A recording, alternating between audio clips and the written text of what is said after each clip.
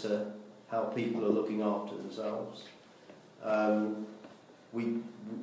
There is no, there's very much an expectation, and you're measured by the value that you bring in terms of your ideas, and not the number of hours you sit in front of your desk. So if someone solves our problem in half a day, they can go home for the rest of the day, as far as I'm concerned. So I think it's just getting the emphasis right. Having said that, some people do put an awful lot of hours in, and occasionally, and fans have to do it, we have to say yes.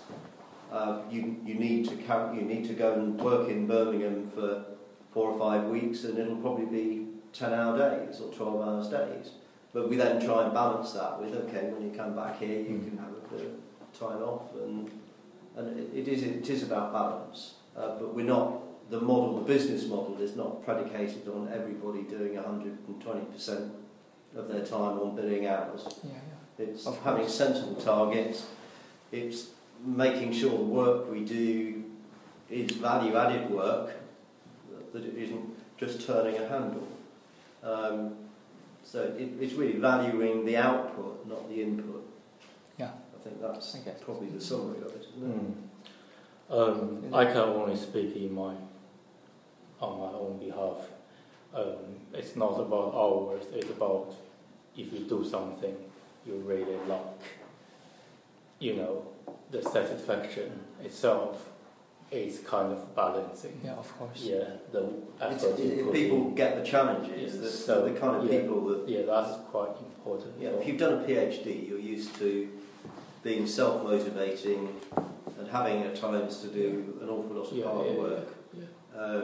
So we try and create, sufficient interest that people, as I say, do it on their own accord. Yeah, of course. And occasionally it doesn't work like that, but more often than not, it does work like that. So I wonder if there is some interesting stories around this topic. We do have quite a vibrant young team. So normally once a while we have organized a team event. So Charles is organizing a cycling event in Mallorca. We had 2. One is from London to Paris, another is from London to Brussels last year, and we have other social thing as well. So basically, people can share their project experience, life experience, and social experience, all sorts of that things, and that's kind of if you feel pressured at work, but you feel like you'll be able to share that also helps a lot as well. The challenges, initially the challenges were getting momentum behind hiring. When you've got 5 PhDs here, getting another one along to work with them is easy. When you have none, or 2 or something, it's actually one of the challenges was creating the momentum behind, so that we had enough of a quorum of people who we could say, well, come and join this team of interesting people to do interesting things, and here you can meet some of them, they're real, because part of the recruitment process, as Fan says, you meet among other members of the team. We involve the whole team in recruitment. So one of the biggest challenges was creating that environment from nothing.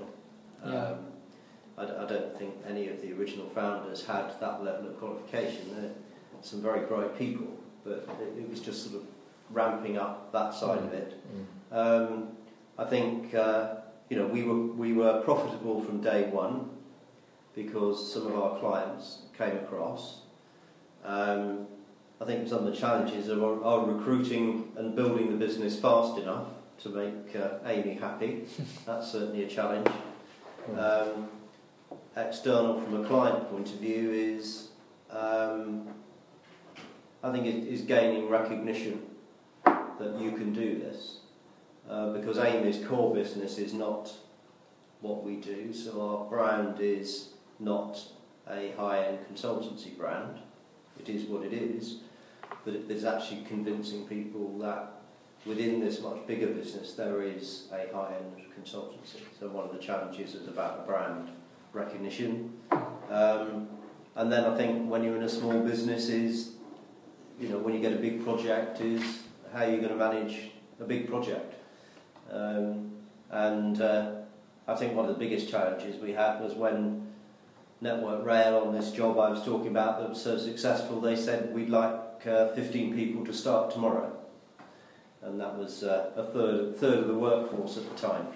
So, those when you're small, you've got to try and match the size of the project with the number of people you have, and it sometimes doesn't quite work. So you get a misalignment. You ask for supply too many people. Yeah. So Charles, are you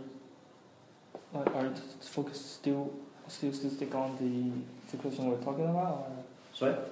Are you still talking about the... I was talking about some of the challenges. Yeah. So recap where we are at the moment. Are we on part 3, Q1? Yeah, so we can move on. Yeah. Actually, you just talked about some challenges, and you can go on. I thought like we were still in the last part, so never mind. It's okay. Where do you want to go next? What next? The next one is as you just said, like you are not actually a higher consultancy firm, like you are only a small part of it. Like we're small part.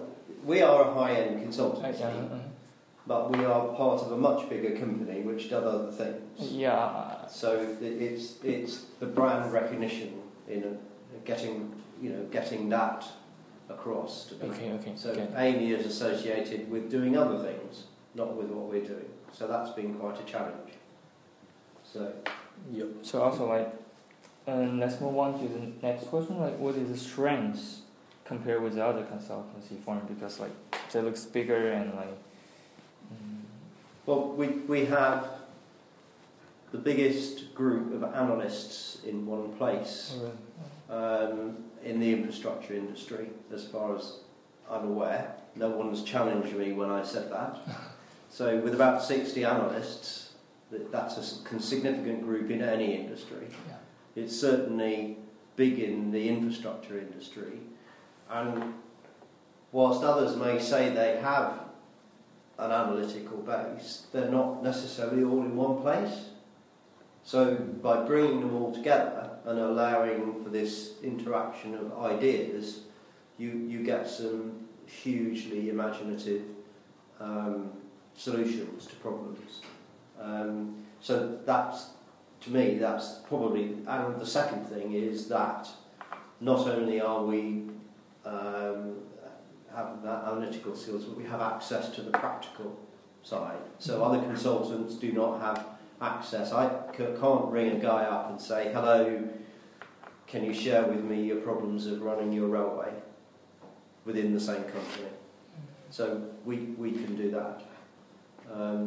I think, just as a side note, when we're talking about project examples, I think look at the Forth Road Bridge, Mercury on the Forth Road Bridge. Oh, right. Yeah. Can give a case study on that, because that, we've taken a problem from, we've taken a problem that the Scottish Roads have around monitoring the Forth Road Bridge. There's an old and a new Forth Road Bridge. They needed to be able to monitor them in real time and record all the work on them, and none of the existing software systems allowed them to do what they wanted to do, so we created one from the ground up. So that's a very successful project, which is now